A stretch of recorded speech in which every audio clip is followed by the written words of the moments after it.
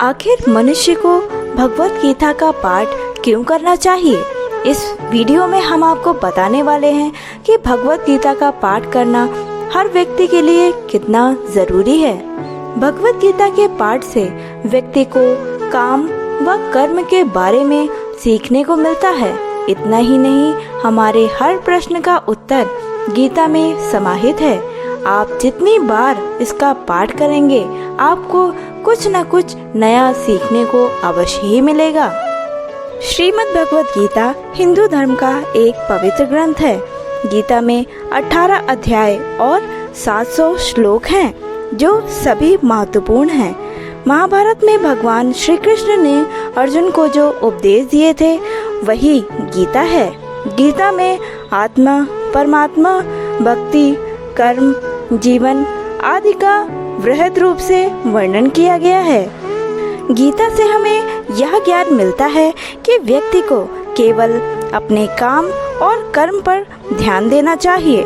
इस साथ ही कर्म करते समय इस बात का ध्यान रखना चाहिए कि हम जो भी कर्म कर रहे हैं, उसका फल भी हमें निश्चित तौर पे प्राप्त होना ही है।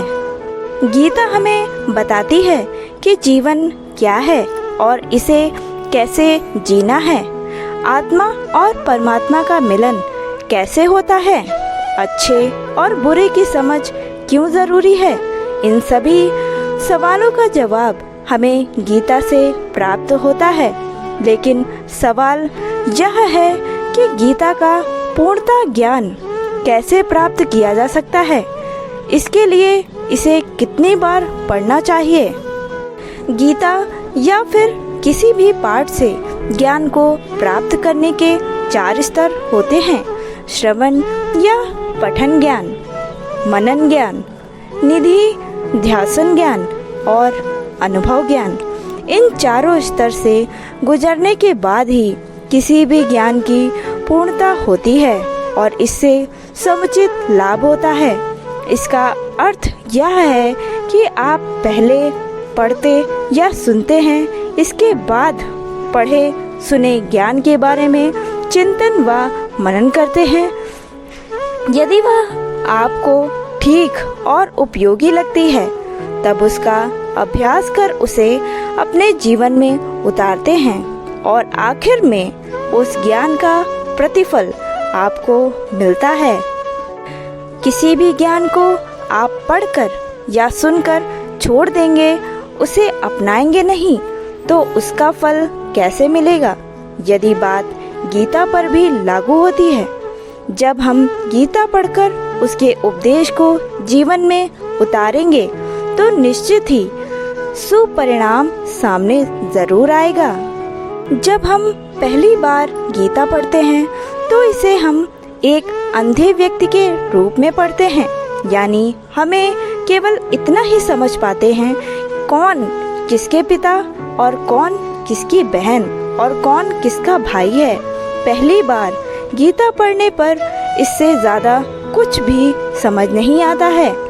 जब हम दूसरी बार गीता पढ़ते हैं, तो मन में कुछ सवाल जागृत होंगे और ऐसा क्यों किया, वैसा क्यों हुआ, ऐसे सवाल जागृत होना प्रारंभ हो जाएंगे। जब हम तीसरी बार गीता पढ़ेंगे, तो इसके अर्थ को समझने लगेंगे। हालांकि हर व्यक्ति को इसका अर्थ अपने तरीके से ही समझ आएगा, लेकिन जब चौथी बार हम गीता को पढ़ेंगे, तो हर एक पात्र से जुड़ी भावनाओं को समझ पाएंगे। जैसे अर्जुन के मन में या दुर्योधन के मन में क्या चल रहा था। 5वीं बार गीता को पढ़ने से पूरा कुरुक्षेत्र हमारे मन में खड़ा हो जाता है और हमारे मन में अलग अलग कल्पनाएं होने लगती हैं। 6वीं बार गीता पढ़ने से हम भगवान को अपने सामने अनुभव करने लगते हैं और हमें ऐसा लगने लगता है कि भगवान हमारे सामने ये सब बता रहे हैं। 8वीं बार गीता को पढ़ते ही हमें यह पूर्णतः एहसास हो जाता है कि कृष्ण कहीं बाहर नहीं, बल्कि हमारे ही भीतर ही हैं और हम उनके भीतर हैं। यदि आप आज से ही गीता पढ़ना प्रारंभ करना चाहते हैं तो इसको पढ़ने के कुछ नियम भी हैं जो हम आपको बताना चाहेंगे।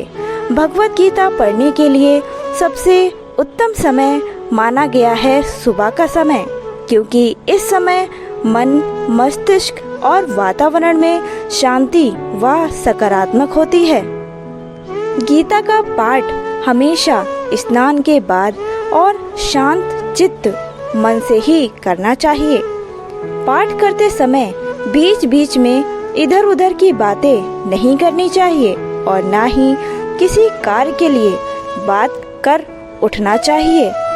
जब भी आप गीता का पाठ करने जा रहे हों, साफ सफाई वाले स्थान पर और जमीन पर आसन बिछाकर ही गीता का पाठ करना चाहिए। और जब भी गीता के प्रत्येक अध्याय को शुरू करने से पहले और बाद में भगवान श्री कृष्ण और गीता के चरण कमलों को स्पर्श करना चाहिए।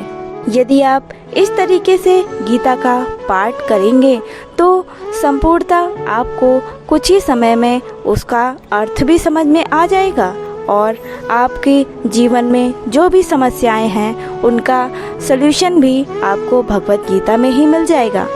आशा है कि आपको यह वीडियो पसंद आया है। ऐसे ही और वीडियो पाने के लिए चैनल को सब्सक्राइब करना मत भूलिएगा। जय श्री कृष्ण। धन्यवाद।